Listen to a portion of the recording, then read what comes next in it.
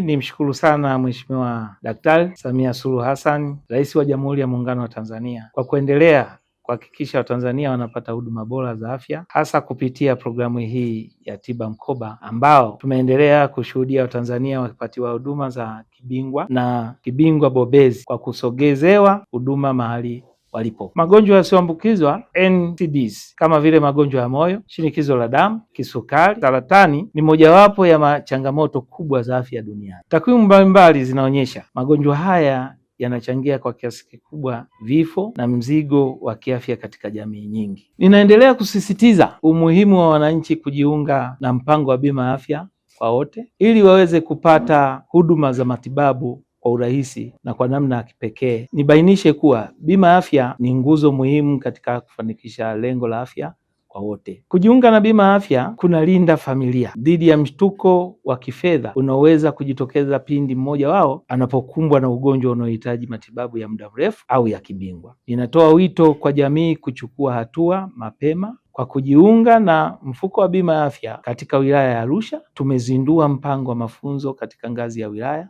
kata na mtaa. Natambua kuwa Taasisi ya Moyo Jakaya Kikwete JKCI ni hospitali maalum ya kitaifa katika masuala ya matibabu ya moyo, na kwa sasa imejikita katika hospitali ya Arusha Lutheran Medical Center. Ninaendelea kuwaomba wananchi kufikia hapa, kwani nimepata fursa kufanyiwa vipimo vya kina, kupata ushauri wa kitaalamu kutoka kwa madaktari na kuanza matibabu kwa wakati bila kikwazo cha gharama. Hii ni fursa adhimu kwa wananchi wa mkoa wa Arusha na maeneo ya jirani kupata huduma za uchunguzi na matibabu ya kibingwa bila kulazimika kusafiri umbali mrefu kwenda Dar es Salaam au nje ya nchi, hali ambayo awali ikigharimu familia nyingi fedha na muda mwingi. Aidha, nimefika ALMC kupima afya ya moyo wangu na ninahimiza wananchi kutumia mwanzo wa mwaka 2026 kama chachu ya kuzingatia na kuboresha afya zetu. Nimeelezwa kuwa tangu kuanza kwa kambi hii hapa Selian iliyoanza tarehe 29 mwezi Desemba mpaka leo tarehe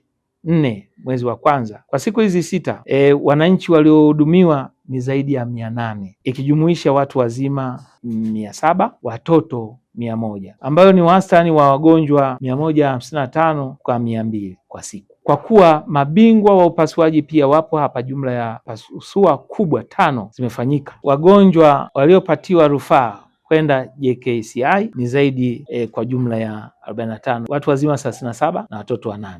Kwa kuwa kambi hii inaendelea mpaka tarehe 9 mwezi wa kwanza, tunatarajia kuhudumia watu wengi zaidi. Hivyo kupitia kwenu waandishi wa habari, nitoe rai mwafikishie taarifa hizi wananchi wote wa mkoa wa Arusha na mikoa ya pembezoni kujitokeza kwa wingi ili kupata huduma hii ya upimaji na ushauri kutoka kwa wataalamu. Tathmini ya jumla ya kambi hii ni kuwa inawezesha kubaini wagonjwa wa ushauri, tiba na upasuaji wa moyo, ikihusisha watu wazima na watoto, pamoja na kuongeza uelewa wa huduma wa JKCI. Hii inaweka msingi wa rufaa endelevu na uwepo wa huduma wa JKCI katika hospitali ya Selian kwa kipindi hicho cha miaka 20.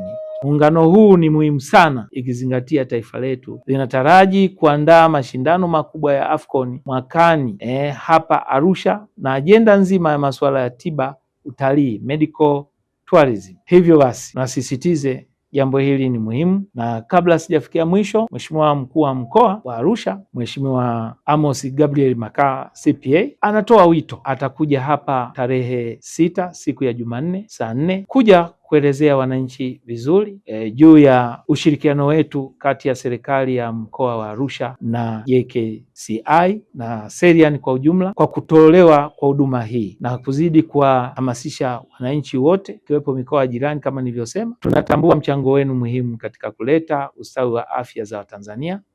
Mwenyezi Mungu